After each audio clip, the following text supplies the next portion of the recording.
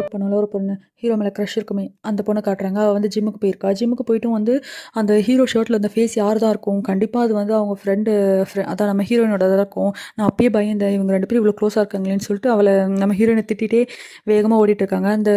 அது பேர் என்னது, த்ரெட்மில் ஏதோ சம்திங் அதில் ஓடிட்டு இருக்காங்க. அதோட ஸ்பீட் இன்க்ரீஸ் பண்ணிட்டே போயிட்டு இருக்காங்க. அங்கே தான் வந்து நம்ம ஹீரோனோட தம்பி இருக்கான். அவன் வந்துட்டு என்ன நீ ஒரே நாள்லேயே சாக போறியா, இவ்வளோ வேகம் வச்சா அவ்வளோதான் நீ செத்தே போயிடுவேன்னு சொல்லிட்டு ஸ்பீடு கம்மி பண்ணுறாங்க. உனக்கு என்ன நான் வைப்பேன்னு சொல்லி மாறி மாறி அடிச்சுக்கிறாங்க.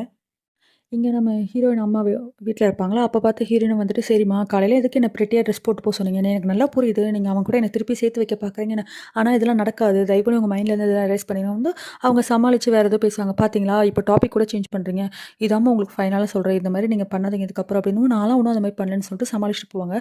ஒன்று ஹீரோனும் டென்ஷன், நான் கொஞ்சம் நேரம் வெளியே போயிட்டு வரேன்னு போவாங்க. ஆக்சுவலி லேட் நைட் ஆயிருக்கும், இவங்க பாட்டுன்னு தனியாக வெளியே போவாங்க. அப்போ நம்ம ஹீரோவும் வெளியே நிற்பாரு. நின்றுட்டு எங்கடி போகிறேன்னு, ஒன்றும் இல்லை நான் போயிட்டு வரேன், எனக்கு கொஞ்சம் மைண்ட் அப்செட்டாக இருக்குன்னு அவங்க பாட்டு நடந்து போவாங்க. தனியாக இந்த டைம் போகிறது சேஃப் இல்லடி அப்படின்னு, எனக்கு என்ன பார்த்து தெரியுப்பா அப்படின்னு சொல்லிட்டு அவங்க படுக்குவாங்களா. ஆனால் ஹீரோக்கு மனசே கேட்காது, அதனால பின்னாடியே வருவார். பட் ஹீரோனுக்கு தெரியாதா யாரோ பின்னாடி ஃபாலோ பண்ணுறாங்கன்னு ஹீரோனை வேகமாக விடுவாங்க. உடனே ஹீரோ பின்னாடி துரத்திட்டு வேகமாக விடுறாங்க. 2 பேரும் ஓடி போயிட்டு ஹீரோயின் திருப்பி அடிக்க வரும்போது, ஏய் நான் தாண்டி ஏடி என்ன அடிக்க வரேன் போது, டேய் நீயாடா, நான் வேற எவனோ ஒருத்தன் என்னை ஃபாலோ பண்ணிட்டு வரேன்னு பயந்தே போயிட்டேன்டா, பின்னாடி வரானா ஒன்று என் பேரை சொல்லி கூப்பிடணும், எதுனா ஒன்று சொல்லணும் அப்படின்னு, நீ எதுக்கு ஓடினதும் எவனோ துரத்துறான்னு நினச்சி நான் ஓடினேன், நீ அப்போ கூட என் பேரை கூப்பிடலன்னு மாறி மாறி கத்திப்பாங்க. அதுக்கப்புறம் சரி அதெல்லாம் விடு, ஆக்சுவலி வந்து அன்னைக்கு என்கிட்ட கேட்டல அதுக்கு என்ன அர்த்தம்னு நான் இப்போ சொல்கிறேன் அப்படின்னு சொல்லிட்டு ஹீரோ சொல்ல வருவாரா.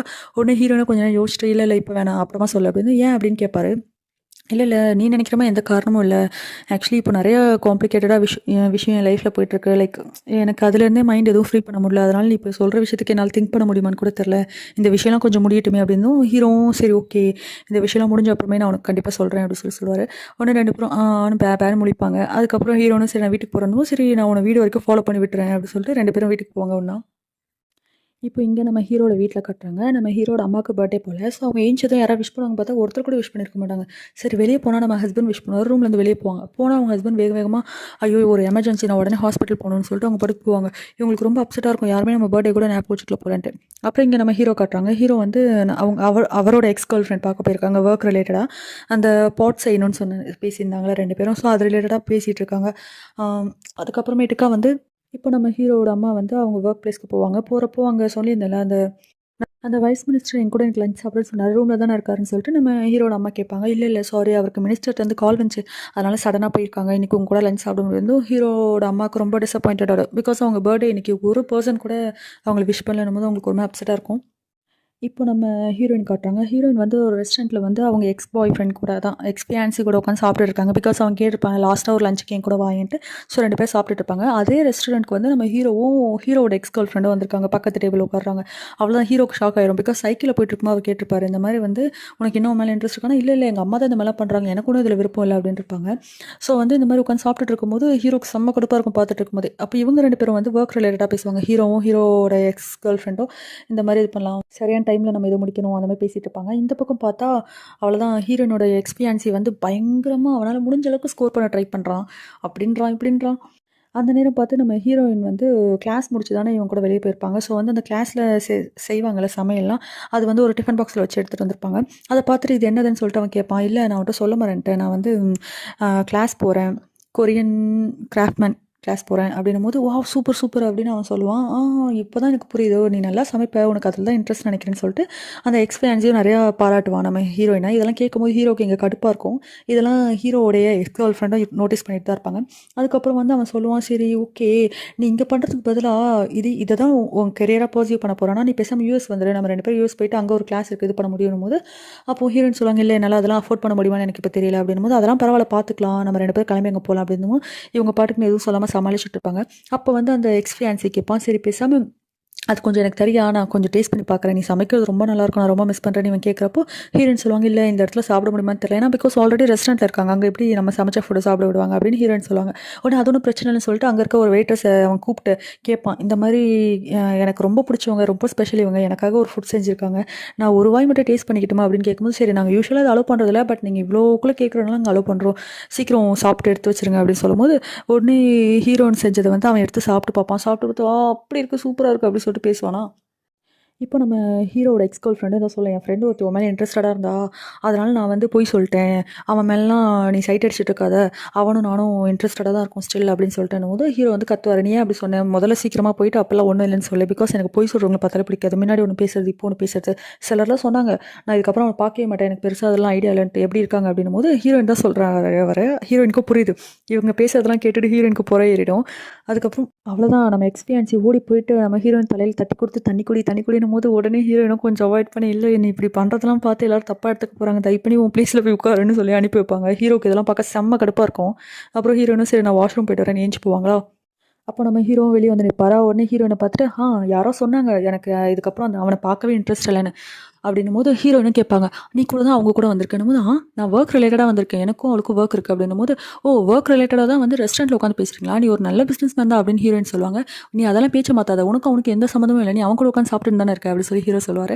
அந்த நேரம் பார்த்து நம்ம ஹீரோவோட எக்ஸ் கேர்ள் ஃப்ரெண்ட் வந்துடுவாங்களா வந்துட்டு சரி ஓகே நீ இங்கே தான் இருக்கேன்னு சொல்லிட்டு ஹீரோனை பார்த்து ஒரு வைன் கிஃப்ட் பண்ணிட்டு நான் கிளம்பலான்னு இருக்கேன் அதான் பாய் சொல்லிட்டு போகலான்னு வந்து அப்படியான்னு கிளம்பிடுவாங்க அப்போ வந்து லிஃப்ட்டில் வந்து அந்த எக்ஸ் கேர்ள் ஃப்ரெண்டும் ஹீரோவும் போயிட்டு இருப்பாங்களா அப்போ வந்து அவங்க செம்ம கடுப்பாக இருப்பாங்க பிகாஸ் அவங்க கூட வந்துட்டு ஃபுல்லாக ஹீரோனை பார்த்து பேசிட்டு பொறாமப்பட்டுட்டு இருந்தால் எப்படி இருக்கும் ஒரு பொண்ணுக்கு அதனால் அவங்க கடுப்பில் இருப்பாங்க அப்போ வந்து சொல்லுவாங்க நான் இது வரைக்கும் லவ் ட்ரையாங்கிள் தாண்டா கேள்விப்பட்டிருக்கேன் ஆனால் இப்போ தான் பார்க்குற லவ் ஸ்கொயரே எனக்கு ரொம்ப புதுசாக இருக்குது அப்படின்னு சொல்லிட்டு ஹீரோவோட எக்ஸ் கேர்ள் ஃப்ரெண்ட் சொல்லுவாங்க அப்போ அவங்க சொல்லுவாங்க எனக்கு இது ரொம்ப ப்ளசண்ட்டாக தெரியல அப்படின்னும் போது ஹீரோவும் சரி சாரின்னும் போது சரி ஓகே உன் அப்பாலஜி நான் அக்செப்ட் பண்ணிக்கிறேன்னு சொல்லிடுவாங்க அவங்க இப்போ நம்ம ஹீரோவோட அம்மாவை தான் காட்டுறாங்க இவங்களுக்கு யாருமே பர்த்டே விஷ் பண்ணலையா அந்த கடுப்பில் இவங்க ட்ரை பண்ணிட்டு வந்துட்டு இருப்பாங்க அந்த நேரம் பார்த்து இவங்க ஃப்ரெண்ட்ஸ் இருக்காங்களா மிச்சம் 3 பேர் அவங்க வந்து குரூப்பில் டெக்ஸ்ட் பண்ணுவாங்க இந்த மாதிரி வந்து ஒரு ஷாப்பில் ரெகுலராக மீட் பண்ணிப்பாங்கல்ல அந்த ஷாப்பில் வந்து நான் ஒரு கிராப் ஆர்டர் பண்ணியிருந்தேன் அது வரலை நாங்கள் யாரும் பிக்கப் பண்ண முடியல நீ தயப்பண்ணி அதை பிக்கப் பண்ணிட்டு அந்த ஷாப்புக்கு போய்டு அப்படின்னும் போது கிராப் ஆச்சே ஒரு விஷ் கூட பண்ணல எப்படி இருக்காது செல்ஃபிஷாக வேலை வாங்குறாங்களோ சரி நான் போய் பிக்கப் பண்ணிட்டு வரேன்னு சொல்லிட்டு இவங்களும் அந்த கிராபெல்லாம் எடுத்துகிட்டு ஷாப்புக்கு போவாங்க போனால் அவ்வளோதான்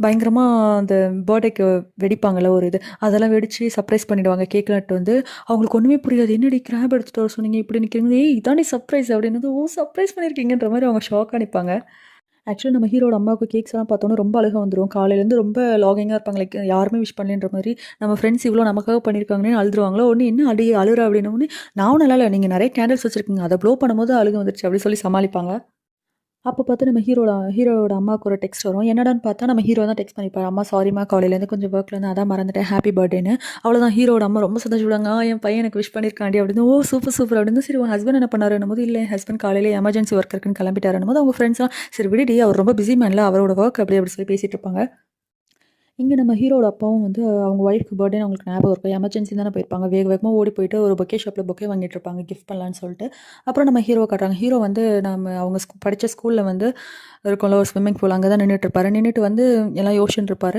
அந்த நேரம் பார்த்து அவங்க டீச்சரும் வந்துடுவாங்க ஆக்சுவலி என்னென்னா இவர் வந்து இந்த ஸ்விம்மிங் பூல் வந்து ரெனோவேட் பண்ணுறதுக்காக வந்து கோட் பண்ண சொல்லியிருந்தாங்களா நிறைய பேர் அதில் இவரும் வந்து கோட் பண்ணியிருப்பார்ல ஸோ இது யாருக்கு கிடைக்குன்னு தெரியாது அதனால தான் இவ்வளோ நாள் வெயிட் பண்ணிட்டு இருப்பாங்க இப்போ பார்த்தா ஹீரோக்கு தான் கிடச்சிருக்கும் ஸோ வந்து அவங்க டீச்சர் வந்து கங்க்ராச்சுலேட் பண்ணிட்டு சரி நீ இதை முதல்ல வந்து ஹீரோன்ட்டு சொல்லணும் போது அவகிட்ட என்ன சொல்ல அவளுக்கு இதெல்லாம் ஞாபகம் கூட இருக்காது ஞாபகம் இருக்காது அவள் எத்தனை தடவை எனக்கு கால் பண்ணி கேட்ட தெரியுமா அவள் தான் இந்த விஷயம் ஃபுல்லாக ஃபாலோ பண்ணிட்டு இருந்தா யார் கிடைக்கும்னு வெப்சைட்டில் போய் பார்த்துட்டே இருந்தா அப்படி சொல்லி அவங்க டீச்சர் சொல்லுவாங்க உடனே ஹீரோ யோசிப்பார் பரவாயில்ல நம்மளை பற்றி நிறைய யோசிக்கிறாவ அப்படி சொல்லிட்டு இதெல்லாம் யோசிச்சு பார்த்து நம்ம ஹீரோவுக்கு கண்ட்ரோலே பண்ண முடியாது அதுக்கப்புறம் அவங்க ரிப்போர்ட்டர் சொன்னது எல்லாமே திங்க் பண்ணி பார்ப்பாரு கரெக்ட் தான் நம்ம கிட்ட சொல்கிறது தான் கரெக்டாக இருக்கும் சொல்லாமே இருந்தோன்னா அவ்வளோதான் இது அப்படியே போயிடும் கண்டிப்பாக இது இப்போ சொல்லி ஆகணும்னு சொல்லிட்டு உடனே வந்து ஹீரோ வந்து ஹீரோயின் கால் பண்ணுவாங்க கால் பண்ணி எங்கே இருக்க அப்படி கேட்கும்போது உனக்கு என்னடா நான் எங்கே இருந்தா எது கால் பண்ணியிருக்க சொல்லி வந்து எங்கே இருக்குன்னு சொல்லிட்டு வேகமாக ஓடி போயிட்டே கேட்பாரு எங்கள் அப்பாவோட ஷாப்பில் தாண்டா இருக்கேன் ப்ராக்டிஸ் பண்ணிட்டு இருக்கேன் அப்படின்னு சொல்லுவாங்க இங்கே பார்த்தா நம்ம ஹீரோட அப்பா வந்து பொக்கேலாம் வாங்கிட்டு ஹீரோட அம்மாவுக்கு வந்து ப்ரெசென்ட் பண்ணலான்னு போயிட்டுருப்பாங்க அப்போ பார்த்தா ரோட்டில் வந்து நம்ம ஹீரோட அம்மாவும்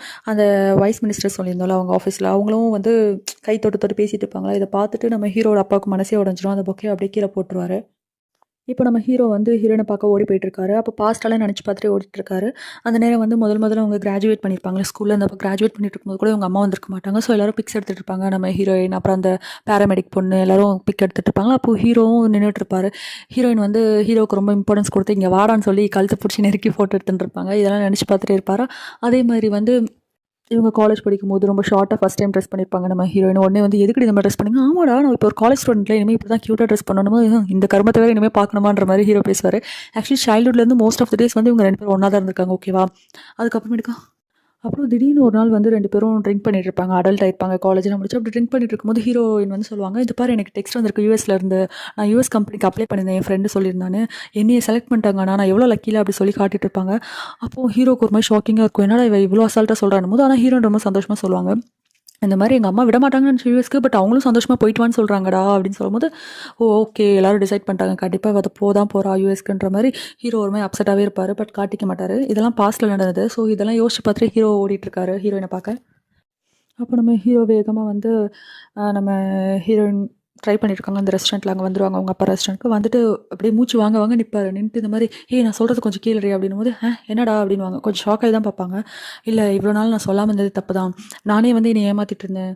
பயத்தினால என்னை நானே ஏமாத்தி, சரி கொஞ்ச நாள் கழிச்சு சொல்லலாம், கொஞ்ச நாள் கழிச்சு சொல்லலாம்னு சொல்லி நினச்சிட்டு இருந்தேன். ஆனா இன்னைக்கு நைட் நான் கண்டிப்பா சொல்ல போறேன்" அப்படின்னும்போது ஹீரோயின் ஸ்ட்ரக் ஆகி பார்ப்பாங்க. அப்புறம் உடனே ஹீரோ சொல்லுவாரு, "சரி நான் வந்து உன்ன லைக் பண்றேன். எனக்கு உன்ன ரொம்ப புடிச்சிருக்கு. நீ இதுக்கு முன்னாடி கேட்டல்ல அதுக்கெல்லாம் அர்த்தம் என்னன்னு? நான் உன்ன லவ் பண்றேன்" அப்படி சொல்லி ஹீரோ சொல்லிருவாரு. இதோட இன்னைக்கு எபிசோட் முடிஞ்சிருச்சு. உங்களுக்குலாம் புடிச்சிருந்தா லைக் பண்ணிக்கோங்க, ஷேர் பண்ணிக்கோங்க, சப்ஸ்கிரைப் பண்ணிக்கோங்க. Thank you. டாட்டா.